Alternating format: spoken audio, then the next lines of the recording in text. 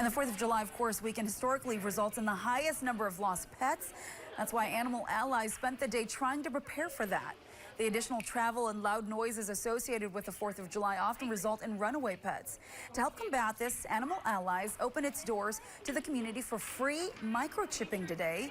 Nicole Fasciato with Animal Allies says that they see upwards of 90 community members getting a microchip placed on their pets, so clinics would be able to identify the owners if they do find a lost pet. Are traveling up to the cabins, they're coming to and fro, they got different people coming through the doors. And again, the fireworks are loud, they can stress animals out, and they tend to run when they're scared. So we definitely see an uptick for sure. And summer campers at the shelter also hosted a lemonade stand today to help raise money for Animal Allies.